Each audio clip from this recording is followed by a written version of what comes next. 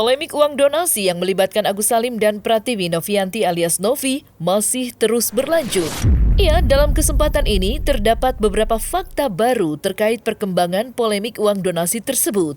Mulai dari Agus Salim yang menolak santunan uang 300 juta rupiah dari Denny Sumargo, potensi Agus Salim digugat secara perdata dan pidana, hingga pelanggaran yang dilakukan Novi dan Denny Sumargo terkait pengumpulan uang donasi Agus Salim. Untuk mengetahui sederet fakta terkait itu semua, maka inilah 5 fakta baru terkait kisruh uang donasi Agus Salim, versi Cumi Top 5. Beberapa waktu lalu, Novi melalui siaran langsung di TikTok pribadinya mengungkapkan bahwa sebenarnya Denny Sumargo telah memberikan penawaran uang senilai 300 juta rupiah untuk pengobatan Agus Salim, asalkan Agus Salim bersedia dimediasi. Namun, berdasarkan keterangan, Agus Salim diduga menolak tawaran tersebut, lantaran merasa bahwa uang yang ditawarkan kurang untuk pengobatan. Lantas, seperti apa keterangan yang diungkap oleh Novi dan seperti apa respon Denny Sumargo? Kemarin aku dapat informasi dari Bang Denny Sumargo dan juga keluarga terkait dia udah ditawarin uang untuk pengobatan operasi, dikasih 200 juta. Dia bilang uangnya nggak cukup, dia mau ke Singapura, dikasih 300 juta, dia masih nggak mau. Siapanya si Agusnya masih nggak mau? Padahal itu uang pribadi dari Bang Denny Sumargo. Kata dia itu nggak cukup untuk biaya dia nanti dia pulang ke Aceh untuk pengobatan di Singapura. Dia mau ke Singapura, nggak mau kayak di Indonesia. Nah, jadi sebenarnya saya memang ada menghubungi keluarga Agus. Karena kenapa saya menghubungi? Karena saya udah tahu gugatan ini akan jalan. Karena gugatan ini datangnya bukan dari saya, kan dari donatur. Saya kasihan. Karena kalau gugatan ini jalan mereka nggak dapat apa-apa, kan saya kasihan karena Agus perlu pengobatan. Maka saya dengan uang saya, bukan atas desakan Novi ataupun Pablo atau siapapun. Saya izin sama Pablo sama Novi, saya bilang, izin ya, gue usaha terakhir deh. Gue bilang, ya, apa bang, gue coba hubungin mereka, udah gue yang ngurus semuanya. Lu semua, ya udah masing-masing aja deh, tapi gue usaha, dan gue diizinkan.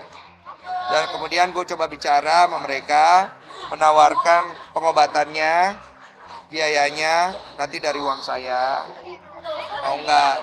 Tapi saya kan gini, saya ngelihat bahwa masalah ini kan tidak perlu ada pelaporan kepada Novi ya. Boleh dong, ini uang saya nego boleh dong. Ya udah, kamu mau bagus gak? Cabut laporan, berobat, saya kasih santunan sekian, kamu lanjutin hidup. Denny Sumargo tampak sangat terkejut saat mendengar kabar jika niat baiknya yang ingin menyantuni Agus Salim dengan menggunakan uang pribadinya dianggap sebagai niat jahat oleh pihak Agus Salim. Ya, setelah mendengar hal tersebut, Denny Sumargo pun secara gamblang mengaku menyesal melakukan itu semua.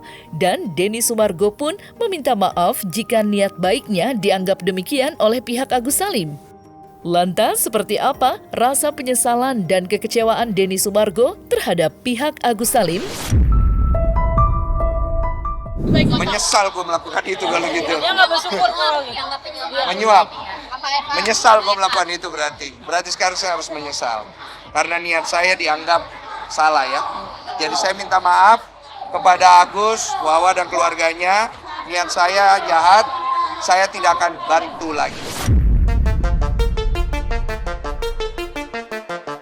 Usai berdiskusi dengan Kemensos beberapa waktu lalu terkait polemik uang donasi, Denny Sumargo mengungkapkan jika dari hasil diskusi yang mereka bicarakan, Agus Salim memiliki potensi untuk digugat secara perdata dan pidana atas sikapnya yang diduga menyelewengkan uang donasi.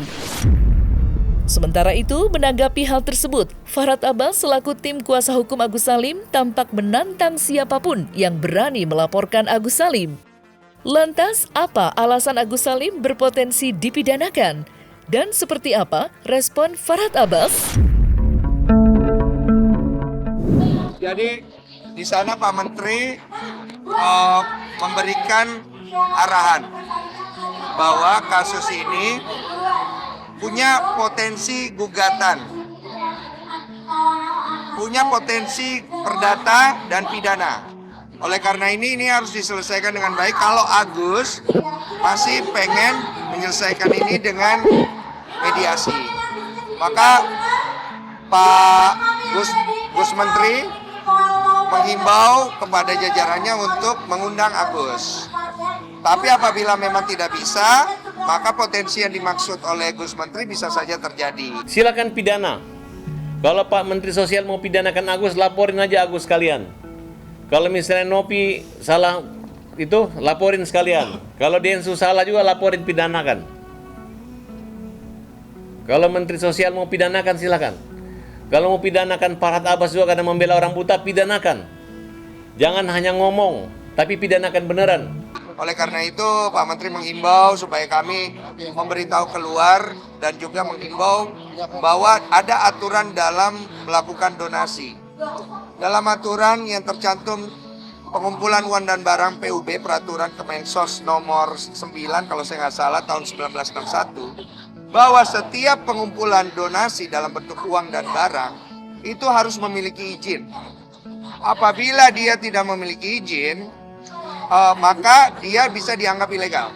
Donasi yang dilakukan secara perorangan itu tidak boleh karena melanggar aturan Kemensos. Donasi yang dilakukan oleh yayasan boleh apabila memiliki izin, dan apabila dia tidak memiliki izin maka donasi itu dianggap ilegal dan bisa disita. Penyelenggara daripada donasi itu bisa disita uangnya. Siapa penyelenggaranya? Orang yang menerima uang donasi itu. Paham nih sampai sini? Dan apabila ada yang menggugat hal itu secara perdata, maka uang itu bisa dibawa ke pengadilan untuk digugat jatuhnya nanti kemana. Apakah jadi ke pemerintah, apakah jadi ke pihak-pihak tertentu, apalagi kalau ada polling. Nah, apabila uang donasi itu masuk ke dalam kantong penyelenggara, ke banknya dia, ke rekeningnya dia, disalahgunakan, artinya tidak sesuai dengan akadnya, maka timbul kekecewaan dari pihak donatur yang kemudian menggugat itu bisa terjadi. Gugatan seperti apa yang bisa terjadi? Gugatan perdata, artinya uang itu akan dibekukan, dan gugatan pidana, artinya terjadi penggelapan atau penyelewengan daripada duit donasi itu. Sehingga aturannya menjadi jelas. Pada saat kita terima donasi, kita tidak boleh sembarangan menggunakan donasi itu. Harus sesuai dengan akadnya. Denny Sumargo mengungkapkan bahwa ia dan Novi memang melakukan pelanggaran terkait penyaluran uang donasi. Seperti diketahui, Denny Sumargo dan Novi menjadi wadah pertama yang menyelenggarakan donasi untuk pengobatan mata Agus Salim. Namun, mereka diduga tidak memiliki izin resmi atas penyelenggaraan donasi tersebut, sehingga mereka diduga melakukan pelanggaran dan berpotensi terkena denda hingga hukuman pidana. Lantas, seperti apa penjelasan Denny Sumargo terkait pelanggaran yang dimaksud? Kalau berdasarkan peraturan Kemensos PUB tahun 61 itu kita melanggar. Dan ada denda administrasi 10.000 atau kurungan selama 3 bulan kalau saya nggak salah. Jadi pilihlah. Pilih mau kurungan 3 bulan atau denda 10.000. Makanya saya bilang saya bayar 110. Karena saya tujuannya pengen melanggar 10 kali lagi. Bercandanya begitu, bercandanya. Karena tetap niat baiknya yang dilihatkan. Karena kan saya tidak terima duit ya. Saya bantu orang. Kalau saya melanggar ya sudah. Ini proses pelanggarannya diselesaikan gimana. Apabila itu perlu disita ya sudah disita aja kan gitu. Uangnya masih di yayasan. Menunggu gugatan di pengadilan berjalan. Kemudian pengadilan akan memutuskan apabila uang itu perlu dibekukan. Dan kalau misalnya pengadilan membekukan, maka rekening yayasan dibekukan seluruhnya. Untuk diaudit oleh pengadilan, kemudian nanti uang itu baru setelah pengadilan memutuskan, baru dicairkan. Saya selalu sampaikan dan konsisten untuk audit, silakan diaudit. Dari awal kita tetap audit. Mau rekening pribadi saya, mungkin staf saya, dan orang-orang pengelola yayasan, silakan. Kita bersedia. Meskipun sudah dikecewakan oleh sikap pihak Agus Salim, Denny Sumargo mengungkapkan bahwa ia akan tetap tulus menolong Agus Salim, bahkan hingga polemik uang donasi dapat selesai. Lantas, seperti apa ketulusan Denny Sumargo dalam menolong Agus Salim? Saya sampai hari ini tetap tulus menolong Agus bersama dengan Novi. Apapun yang terbaik buat Agus, kita akan coba. Tapi kalau Agusnya nggak mau, ya sudah kita nggak bisa ngapa-ngapain. Ya kesel sih ya, kesel ya. Kecewa mungkin. Tapi kami tidak mau menghilangkan ketulusan kami karena niat kami dari awal tulus. Jadi kami tidak mau gara-gara kami kecewa, karena gara-gara kami kesel, kemudian ketulusan kami hilang. Karena ketulusan ini yang lebih penting untuk menjadi contoh pada masyarakat bahwa yang kami lakukan itu tidak meminta kemudian kami diberikan pujian atau apa, enggak. Tulus kami ingin bantu. Makanya kami senang banget ketika uang itu jumlahnya besar. Tapi yang kami sayangkan adalah kenapa uang itu digunakan dulu untuk sesuatu yang bukan akadnya. Dan dia merasa bahwa itu haknya, ya sudah tidak apa-apa juga sih. Cuma kan kalau kita berdonasi, ketika kita tahu ya, kalau tidak tahu ya sudah gitu loh. Karena kita tahu, ya kita kecewa gitu. Pasti donatur ya. Dan kebetulan saya salah satu donatur, jadi saya juga ikut kecewa gitu. Para sahabat tidak akan mundur. Semua solusi permasalahan ini ada. Apabila donatur merasa uangnya harus dikembalikan, silahkan. Dan tolong donatur-donatur itu pakai otaknya, jangan pakai ototnya.